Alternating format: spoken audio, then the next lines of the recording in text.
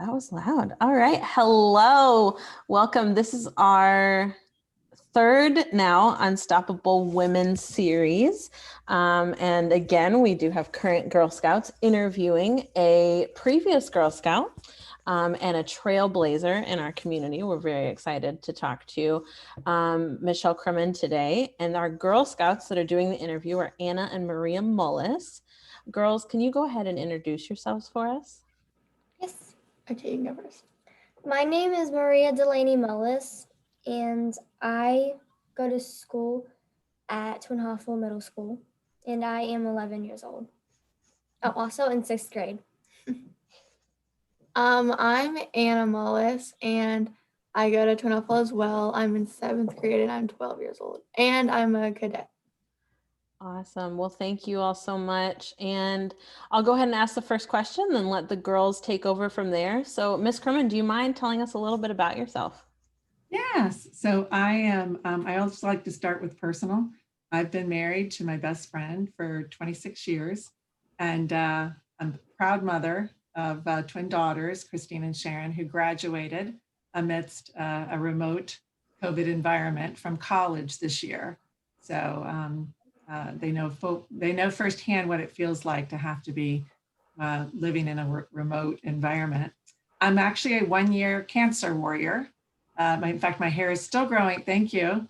My hair is still growing out from all of that. So feel very great that, and sometimes I tell people 2019 was far worse for me than 2020 has been, because that's what I was dealing with.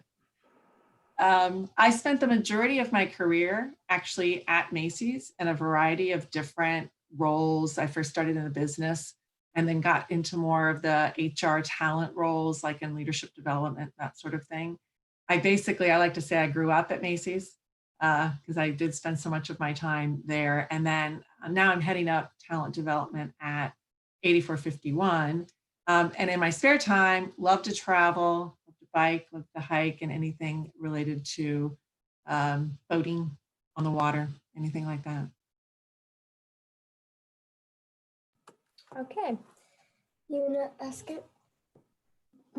Yeah. Okay. So I'm really proud of you for getting over cancer and stuff like that. But do you want to tell us about your involvement with Girl Scouts? Yeah. So I started off obviously myself as a Girl Scout first. I think it was first grade back in the day, and I made it all the way to 7th grade before other activities got in my way, but was very, very involved. Loved the whole service piece of it. Loved the collecting badges, and particularly loved camping.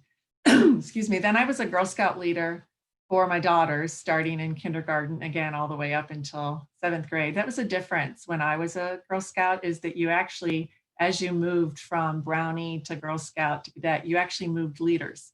And at least in my daughter's school, we didn't do that. So I stayed with them the entire time.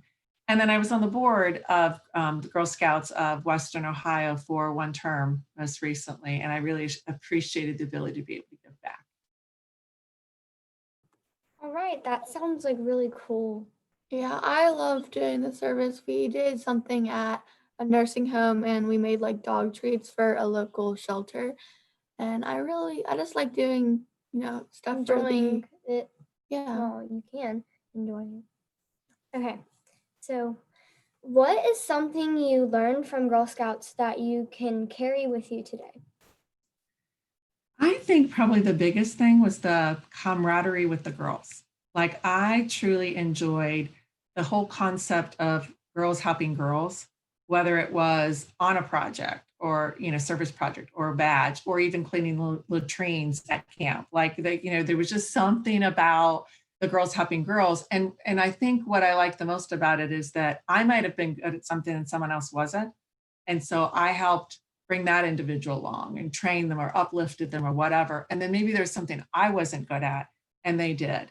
And so I really like that. And of course, I've carried that with me because I very much feel like we're here to help others. I would also tell you something that I carried away from my Girl Scout years. We still sing the camp songs. I could not find a camp mom when I was a leader. So my husband volunteered. He actually was one badge shy of being an Eagle Scout himself.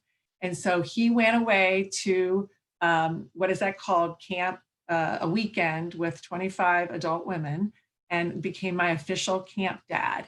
And so we love to go camping now, and we sing those camp songs. And every time we sing them, I think back fondly to my Girl Scout years. Yes, I love, girls supporting girls, stuff like that. So, yes, I love that. It's kind of the main reason why we're in Girl Scouts, Yeah. to support others and stuff. Mhm. But other reasons, have fun. Yeah. Yes. So, how do you motivate yourself and stay motivated? Yeah, so I have to confess, I'm a kind of a eternal optimist. So I just kind of am always that person who focuses on things from a glass half full.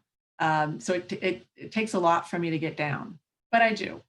And so I think a couple ways that I stay motivated. One, during my school years, especially in college years, I got very much into the whole self-help, reading like self-help books, and which really talked a lot about kind of self-love, and that we can be so critical to ourselves. And so I think sometimes I reflect back. I kept all the books, and sometimes I reflect back on those.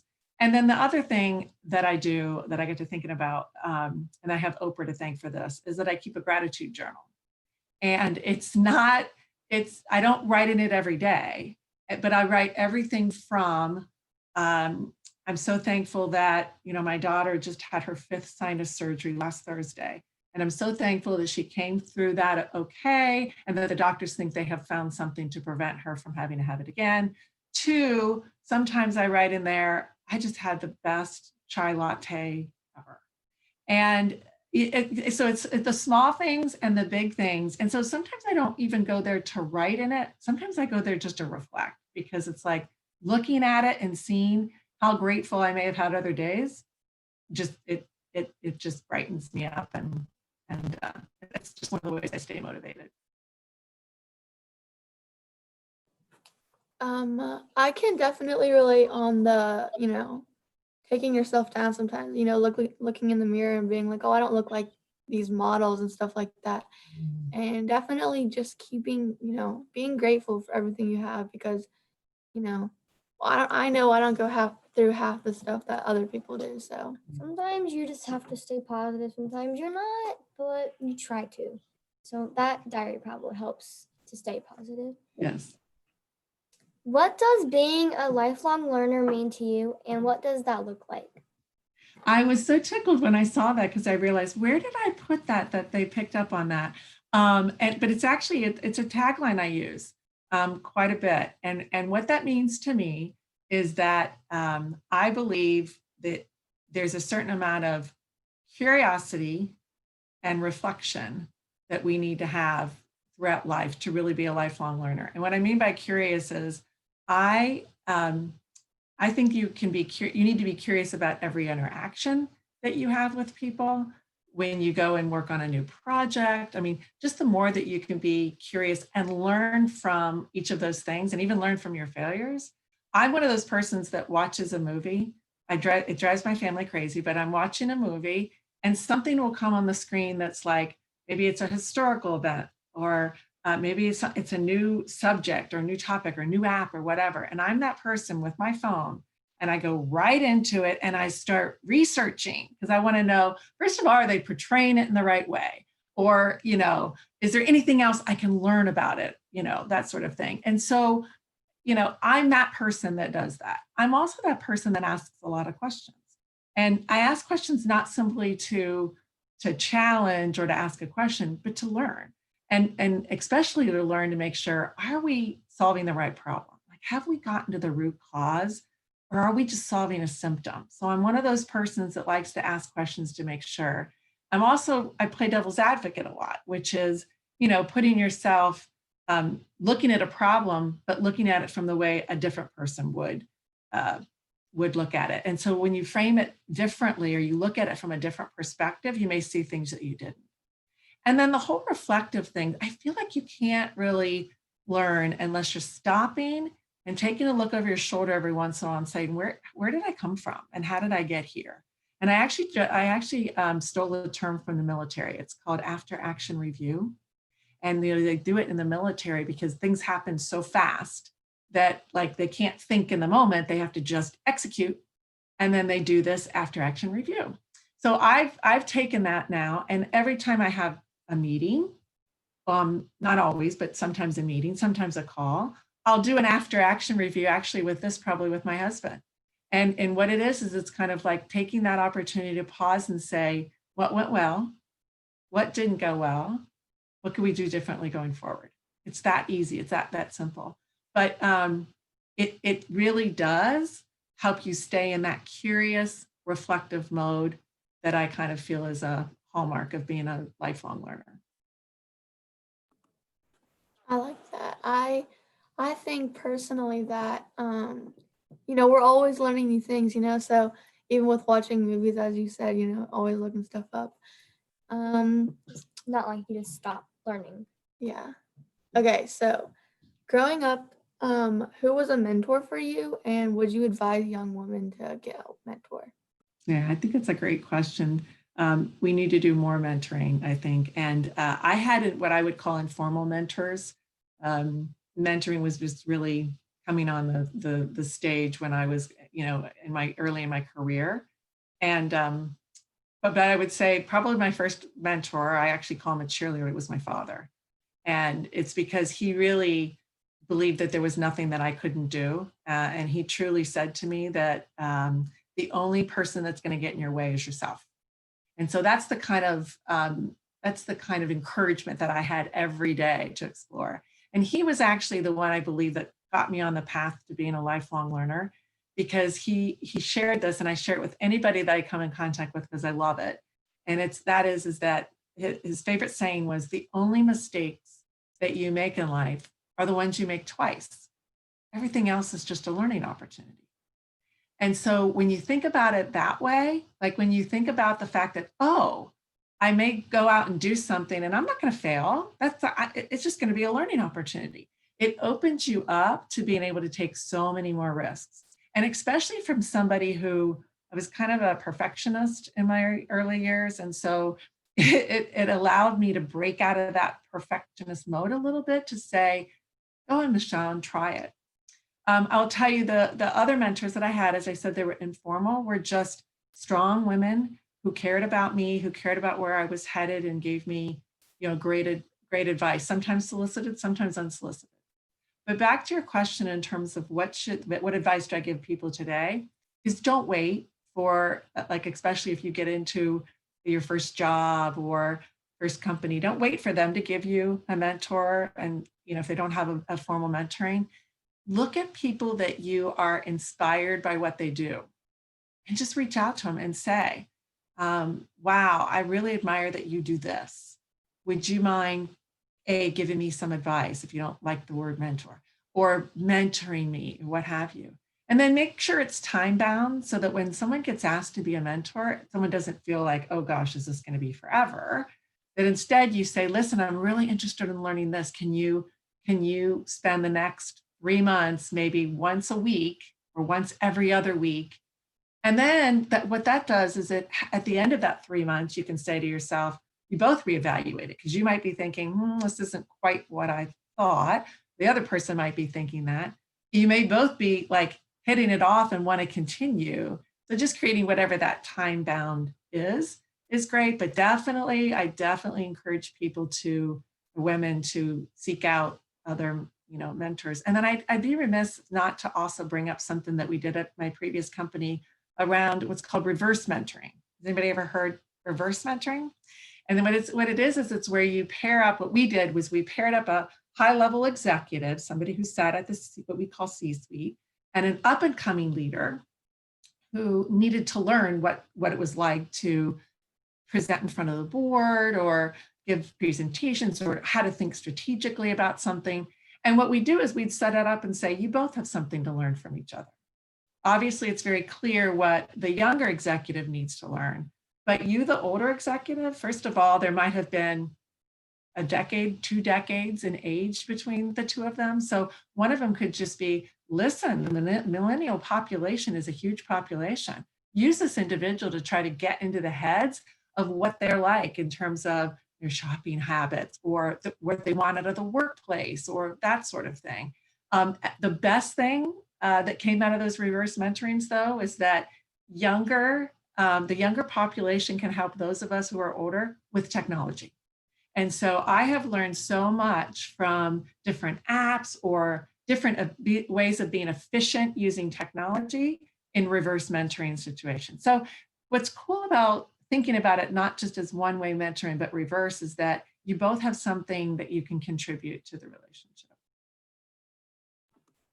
Yes. So, I mean, when I think of mentoring, I just think like, oh, it's a tutor, but it can really be, anything, that you need help with. Yeah.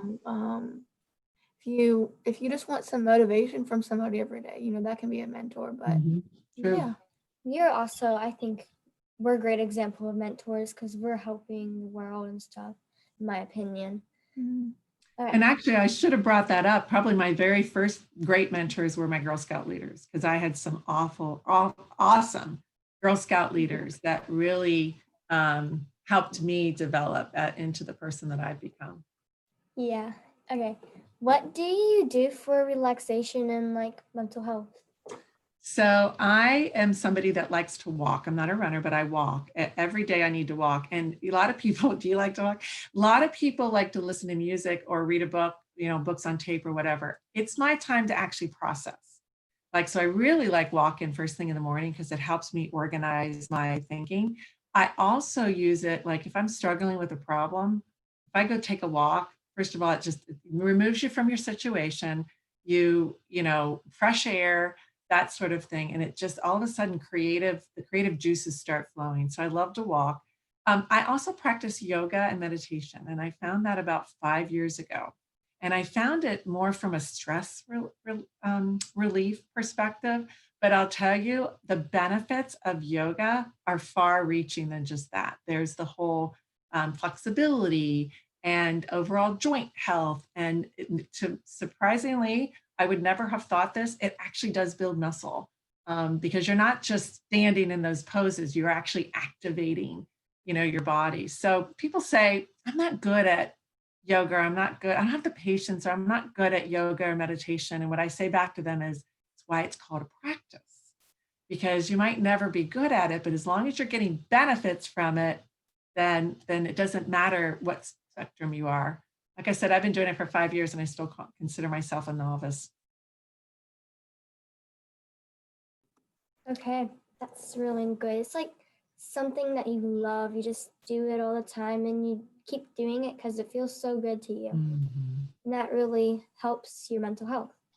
Yeah, Yes. I personally love walking. I put my music on, I go walk. I could walk for hours. And it just it really brings some peace. You have a lot of stress going on from school or work, anything like that. I just walk it off. Yeah. It's good. So that brings me to, what advice would you give to young women? Yeah, that question makes me think of what would I tell my younger self? And part of it is be patient with yourself. We're all works in progress, and especially those that are perfectionists. I like to call myself a recovering perfectionist because I have learned to finally let go of some things, but I wish I would have learned earlier too. There's a great book by the gentleman Eckhart Tolle. It's called The Power of Now. And the whole premise of the book is we can't undo the past, so stop worrying about it. We can't predict the future, although we should plan for it, but don't agonize over it. We need to live in the now. And sometimes I think just being able to remember that that's what we need to be doing, we can really bring our best self to what I call now situations. The other advice I would give, and I think it fits with where we are in the world right now, is a saying from Maya Angelou, which is, people will forget what you said, people will forget what you did, but people will never forget the way you made them feel. And so I think it's like we need to we need to be kind to everybody, not just others, but ourselves included in that. And then the other advice I would give is go after what you want and don't let people um, get in the way of you being able to achieve your dreams. There are people out there that will attempt to do that, not because anything against you. It might just simply be that they where they are in their space and their time. And all I say is avoid those people and find the ones who will actually help you achieve what you want to do. Now, there might be people who can give you great advice, who might be able to help you, mold that dream into something else, but stay away from the ones who are just not going to be as supportive as what you need them to be. Yeah. I really like what you said at the end, because especially, people in, middle school and high school, there's definitely going to be, mean girls, people that are just really self-deprecating. And it's super easy to get caught up into, trying to impress everybody else, but you should really just focus on yourself and what makes I you like to happy. say to my daughters sometimes that when somebody is either mean to them or whatever, I say to them, like, yeah, that's nothing about you. That's about them and what they might be going through and they might be struggling with or what have you. So don't give them the energy or the oxygen to come into your life. Just let them deal with what it is, but don't let their issues become your issues. Yeah. That's pretty inspirational. Okay. Is there a gender gap within your work? If so, how did you face that? Yeah, so luckily being at a data science company, we do have more men, not as many as you would think, more men in technical roles than women. However, as more women are interested in STEM and are interested in tech roles, we have made sure that our recruiting efforts and our development efforts are definitely focused on both. And if anything, we do have programs that are exclusively focused to women so that we can ensure that they're being supportive. So of all the companies that I have been involved with, I would say that they are actually one of the most equitable when it comes to the gender gap, which is really great to be able to say that and to be able to work at a company that does support that. All right. I mean, I think a lot of men in general just get a lot of the, smart people jobs, jobs like you do, data scientist. And I know people who do, any kind of mechanic, something like that. You're just like, oh, it's a man who does that. But, women can do more things than you would expect, more things than men. There's a lot of Absolutely. women that I know do like construction, and they sometimes get told that they can't do it, but they still do it and they get the job done. Mm-hmm. So we have one more question, and it is, what is the best advice you were ever given? Oh, the best advice I was ever given, probably be myself. I think sometimes we try to, we see the movie stars or we see the people in school who look like their lives are perfect, or social media. Social media is probably, I'm so glad I didn't have to grow up with social media and I only had to parent through social media. But, I think being yourself sounds so easy, but I think in this day and age, with all of the things that come at you, I actually think it's quite hard, and that you really do have to figure out what makes you tick without looking like only by looking in a mirror and not by looking at in the eyes of somebody else who may be telling you something different.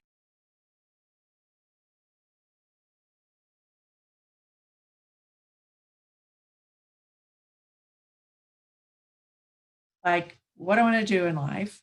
You're trying to figure out like where you fit in with a friend group. What do you need from a friend group? You're trying to figure out just what is this thing called life? And so all those things are distractions. Oh, by the way, you throw in boys or attractions of some sort, and that just makes it all more difficult. So, I think just try to figure out and focus on how to be your best self and be true to yourself, and not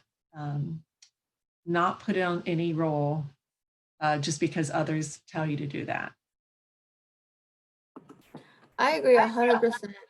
Like as soon as I think I have my life figured out and I have, I have all these things, done. Something goes wrong. Yeah, right? something like somebody will walk into my life that just ruins it all. And I'm like, ah. And, with boys and everything, try to impress them or, do whatever you can to get their attention. I just gave up. I've just given up at this point. They don't like me for who I am. I'm like, all right, I'll move on. Yeah, And you know what? I will tell you right now, I was actually engaged 3 times, and luckily I only married one of them. And that's exactly the advice that I took, is that once I stopped paying attention and being something that I wasn't, that's when I found my husband. So that's a really good point that you make there. Yeah, anything really. These friend groups at school, I don't think they're being themselves just because Yeah. everyone's so wants to be with them. I just don't think they're always themselves, and I just kind of think it's negative to me. So I Yeah. stay away. I have my little group of friends that we're all just weirdos, to be honest. And they want to be with us, then they can. Well, I'm with my little group. They can be with their little group, but I kind of want it to stay that way. But I mean, it's just friends. You gotta be yourself. Mhm. We are each unique human beings. Yeah. Yeah. These are all the questions we have. So, well, on paper at least. So, yeah. Well, I know you all have another event to get to. So thank you all so much. If there are, I know we did have a question in the chat log. Anna and Maria, I know if you all need to pop off. Thank you all so much. You did fantastic. One of the other questions we had in the chat log was, is there a self-help book that you would recommend? Oh, there's so many, but I'll tell you, my favorite author was Leo Buscaglia. He was the doctor. I think they called him something doctor of love or whatever, but he has a lot of books, and I can't remember the name of the books. I'll send them to you, Noelle, so you can share with the group, but he talks a lot about loving yourself and the importance of loving yourself. And so I say he's the one who really helped me with that realization. But I will send you my favorite list of self-help books. Fantastic. I know they both had an event they had to get to. Their mom made it clear that they needed to be off right at 5. So if anybody else has any questions, we can hang out here for a minute. But again, thank you. I'm really excited to wrap up our 3rd Unstoppable Women series, and amazing advice. I took a lot of notes. I'm very excited to share some of this out with our girls. And again, this is recorded and we'll have it up. Our next one is on November 10th with Lacey Starling with Legion Logistics. So very excited. We're just gonna keep going throughout the year. Well, thank you very much for inviting me and asking me to be on this, because I really do love this kind of venue. I think it's great to be able to pass on information, but also Girl Scouts has such a special place in my heart. So I love being able to give back. We appreciate you so much. It was amazing advice. Good. Thank you so much, Michelle. You're very welcome.